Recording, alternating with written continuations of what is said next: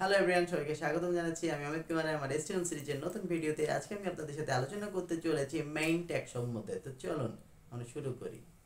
তো main tag হলো এমন একটি ট্যাগ যার মাধ্যমে আমরা আমাদের টোটাল কন্টেন্টকে অ্যাড করতে পারি। মেইন ট্যাগ আমরা শুরু করার আগে আমি প্রথমে আমাদের একটি index.html পেজ ক্রিয়েট করে নেই। দেন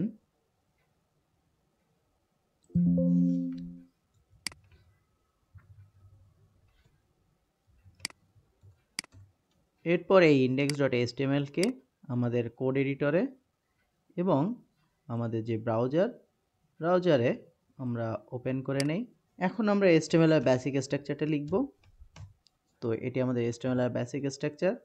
আজকে আমরা দেখছি HTML এর মেইন ট্যাগ।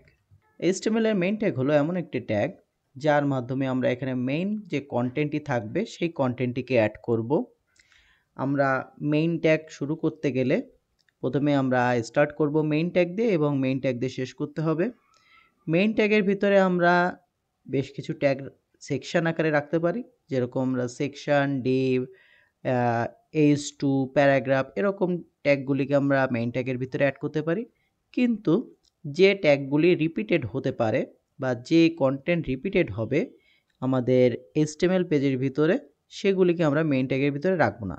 যেমন ধরেন অ্যাসাইড, হেডার বা ফুটার, ন্যাব মেনু এ ধরনের যে ট্যাগগুলি থাকবে, এই ট্যাগগুলিকে যেগুলো রিপিটেড থাকবে HTML এর ভিতরে সেগুলিকে আমরা মেইন ট্যাগের ভিতরে রাখবো না।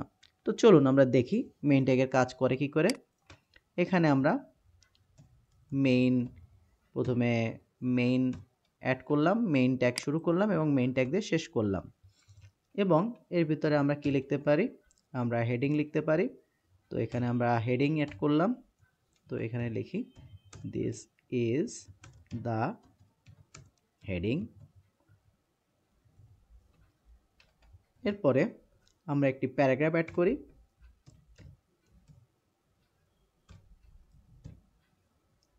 প্যারাগ্রাফের ভিতরে লিখি দিস ইজ প্যারাগ্রাফ।